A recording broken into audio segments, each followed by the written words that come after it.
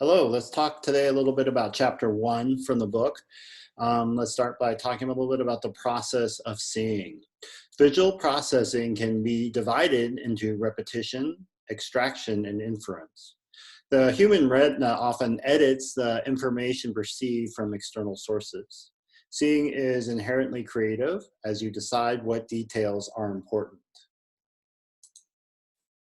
Trompe-l'oeil, a manner of two-dimensional presentation in which the appearance of natural space and objects is recreated with the intention of fooling the eye of the viewer, who may be convinced that the subject actually exists in three-dimensional space.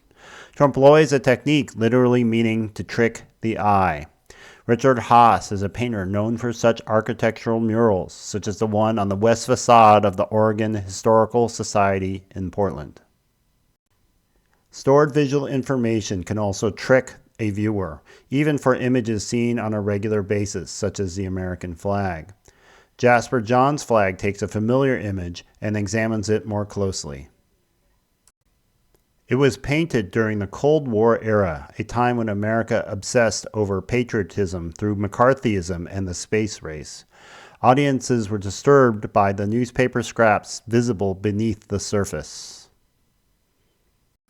Faith Rangold's God Bless America was created during the Civil Rights Movement. Here, stripes have been turned into prison bars, and the star becomes a sheriff's badge. The white woman is portrayed as both patriotic and racist, a prisoner of bigotry. Aesthetics refer to the sense of what is beautiful and can vary across cultures over time. Western culture values order, regularity, proportion, and design, which are hallmarks seen through the classical art and architecture. Artists engage in critical thinking. They respond to the unexpected, chance occurrences, and are open to new ways of thinking. An artist manages the process from seeing to imagining to making, becoming self-critical and exploring the possibilities of their work. The human body is widely considered a source of beauty. Imagine tall, slender fashion models as compared to Peter Paul Rubens' fleshy nudes.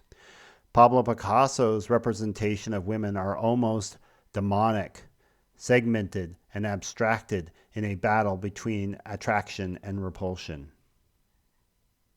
Here in an early sketch for Pablo Picasso's Young Ladies of Avignon, Pablo Picasso conceived of 5 prostitutes and 2 men in the work.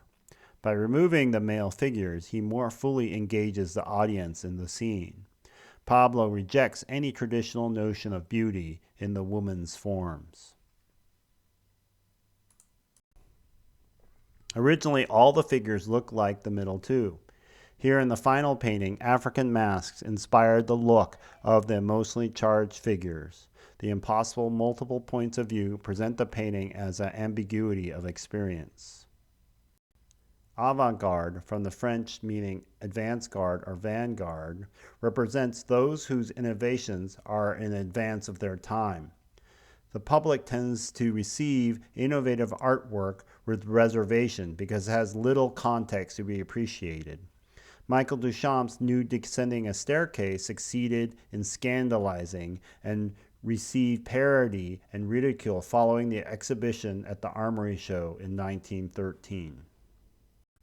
Richard Serra's Arc was installed with minimal negative reaction in 1981, but faced removal in March 1985. In March of 1989, it was stolen in the middle of the night, dismantled, and subsequently destroyed. The site-specific work would lost its meaning when it was removed. If art appears to promote a specific political, social agenda, it is bound to face public disagreement. At the time, Michelangelo's David signifies Florence's freedom from foreign, papal, and Medici domination. Citizens also objected to its nudity.